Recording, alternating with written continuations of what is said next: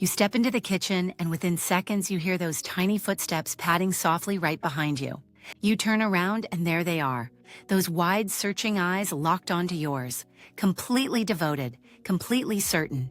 You try to fold laundry. Your baby crawls to your feet, tugging your ankles, refusing to let go. You walk to the bathroom. The door barely closes before the crying begins. Heartbreaking, persistent, and absolutely immediate. Every room you enter, your baby enters too. Every step you take, they follow, just one step behind. You have wondered about it, maybe late at night, even with a small smile. Why does my baby follow me everywhere? Is it love? Is it habit? Or is it something deeper, written into their tiny, brilliantly developing brain? Perhaps you have felt touched by it, the way their whole face lights up the moment you walk back in. Or perhaps, honestly, you have felt a little overwhelmed, quietly wondering when you will find a single quiet moment for yourself. Both feelings are valid, both are real, and the truth behind your baby's clinginess is more beautiful than you imagine. That tiny shadow following you around is not simply being clingy. They are doing something remarkably sophisticated and deeply necessary. Your baby is building the most important relationship of their entire life, and you are unknowingly the architect of it. Every glance they steal, every reach toward you, every cry when you disappear, all of it has a profound reason. This video will show you exactly what is happening inside your baby's growing brain every time they follow your footsteps. What you are about to discover will change how you see those tiny footsteps forever. Let us begin right now. To understand why babies follow their caregivers, scientists have spent decades carefully studying the earliest weeks of human life. It begins before birth. The fetal brain is already tuning itself to the sound of its mother's voice. Researchers at the University of Helsinki confirmed that newborns recognize their mother's voice within hours of being born. That voice is a biological beacon. It signals, you are safe, you are close, everything will be okay. From the very first breath, the infant brain begins one urgent mission: find the source of safety and lock on completely. Harvard University developmental psychologists confirm this drive is not random. It is hardwired into the architecture of the human brain. This science begins with a man named John Bowlby, a British psychiatrist working in mid-20th century London with remarkable determination. Bowlby proposed something radical. He believed a baby's need for closeness to a caregiver is a powerful biological drive. Just like hunger, just like thirst, the need to stay near a loving adult is a fundamental infant survival instinct. He called this attachment theory, and it would become one of the most influential ideas in all of developmental psychology. Bowlby argued that babies are born with a behavioral system of instincts designed to keep them close to caregivers. Crying, reaching, following, and clinging are not manipulative behaviors. They are biological signals evolved over millennia to ensure infant survival. When a baby follows you across the kitchen floor, their ancient brain is running a program written before language ever existed. That ancient program carries one message: stay close to the one who protects you, feeds you, and keeps you safe. A psychologist named Mary Ainsworth then built on Bowlby's work through a groundbreaking study called the Strange Situation Experiment. Ainsworth observed how infants responded when their caregiver left and then returned to the room. Her findings reshaped childhood psychology entirely. She found that most babies, when their caregiver returned, quickly calmed and resumed play. She named this secure attachment style. Securely attached babies use their caregiver as a safe base. They explore the world boldly, knowing their anchor remains reliably close. This is why your baby follows you. You are their safe base, their biological anchor, their entire world made tangible. But what exactly happens inside the infant brain when the caregiver disappears from sight?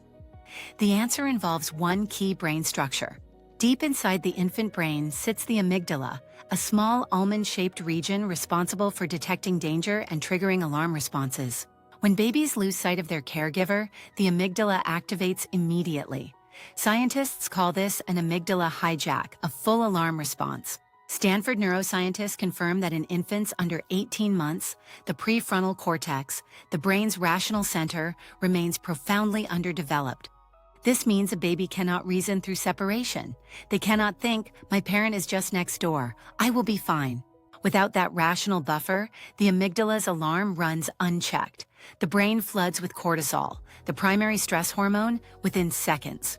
Cambridge University researchers found that cortisol spikes in separated infants can reach levels comparable to significant adult physiological stress responses. This is why your baby's cry when you leave sounds so urgent. To their brain, the danger is genuinely real. In the 1990s, Italian neuroscientist Giacomo Rizzolatti at the University of Parma discovered an extraordinary class of brain cells.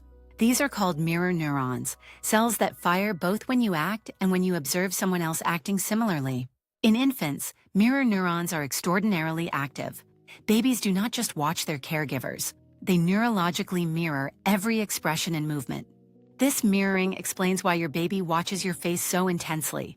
They are literally rehearsing your emotions inside their own brain. When you smile, their neurons fire as if they smile too. When you look frightened, those same neurons respond with alarm. To your baby, you are their emotional teacher, neurological template, and the most powerful mirror they will ever encounter in life. Perhaps the most powerful demonstration of this connection ever recorded is known as the still face paradigm, developed at Harvard University. In 1975, developmental psychologist Dr. Edward Tronick designed a deceptively simple experiment with a mother sitting facing her young infant. The baby laughs, reaches, and babbles. The parent mirrors back warmly. Two brains synchronize in a joyful, perfectly reciprocal dance. Then Tronick instructed the mother to go completely still, expressionless, silent, no reaction whatsoever to anything the baby did or said. Within seconds, the baby tried everything, pointing, smiling, vocalizing, desperately attempting to re-engage the mother's expressionless face and distant gaze. When those efforts failed, something heartbreaking happened. The baby turned away, shoulders slumped, body collapsing in visible, immediate distress. Cortisol spiked measurably. The amygdala, starved of familiar emotional signals, entered full alarm state within a matter of mere seconds. The experiment revealed something profound. Babies do not just need physical proximity, they need emotional attunement. They need to feel truly seen. When the mother re-engaged, it took the baby several minutes to recover and trust that the connection was real again. The infant brain is like a garden being planted, not yet finished, not yet formed, only just beginning its extraordinary growth. At birth, the human brain contains roughly 100 billion neurons, yet very few of those neurons are meaningfully connected yet. In the first 3 years, the brain forms 1 million new neural connections every single second. The growth is truly astonishing. Harvard's Center on the Developing Child calls this period the most consequential window in all of human neurological development history. Every interaction you have with your baby is literally sculpting the physical architecture of their brain. Your responses are biological events. Think of it like landscape architecture. Every loving response carves a small pathway through the dense forest of developing neural terrain. A single response carves a small footpath, but repetition and warmth create wide, smooth neural superhighways through the brain's developing landscape. These superhighways become the pathways for emotional regulation, trust, language acquisition, social bonding, and resilience. They are built now, with you. When your baby follows you, they are actively using proximity as a tool to build critical neural roads inside their brain. Every time you respond, you strengthen the highway. Every time you return, you add another lane to their trust road. Researchers call this serve and return. The baby reaches out, the caregiver responds, and neural architecture is built with each exchange. Princeton University neuroimaging studies show that during serve and return interactions, parent and infant brain waves literally synchronize in real time. Two separate brains tuned to the same frequency, oscillating together. This is neural synchrony, one of neuroscience's most beautiful discoveries. Synaptic pruning follows this phase of explosive growth. The brain begins trimming neural connections that are not being used or reinforced. The pathways that survive are those repeatedly activated, tied to your voice, your face, your smell, and your reassuring presence nearby. This is why early years carry such weight. What is practiced now becomes permanent. What is repeated, the brain keeps forever. Babies with consistent warm caregiving show measurably different brain structures by age 3, compared to those who experienced unpredictable early care. That adorable shadow trailing you through every room is the outward expression of an inner drive to build a secure brain. What does all of this mean for you, standing in your kitchen with a baby around your ankles on a Tuesday? It means every moment you show up, even imperfectly and tiredly, matters profoundly to your baby's rapidly developing and growing brain. You do not need to be a perfect parent. Science does not demand perfection. It asks only for presence and repair. Researchers call this principle repair over perfection. Ruptures in connection happen. What matters most is that you return and reconnect warmly.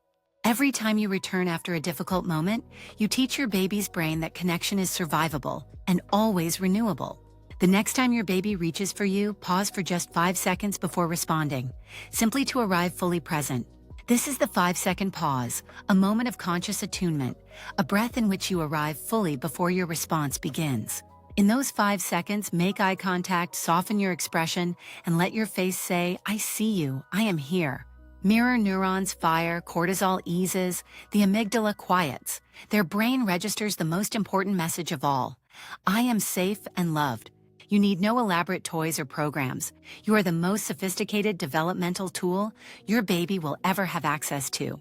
Your voice, your face, your consistent return, designed by millions of years of evolution to be exactly what your baby needs.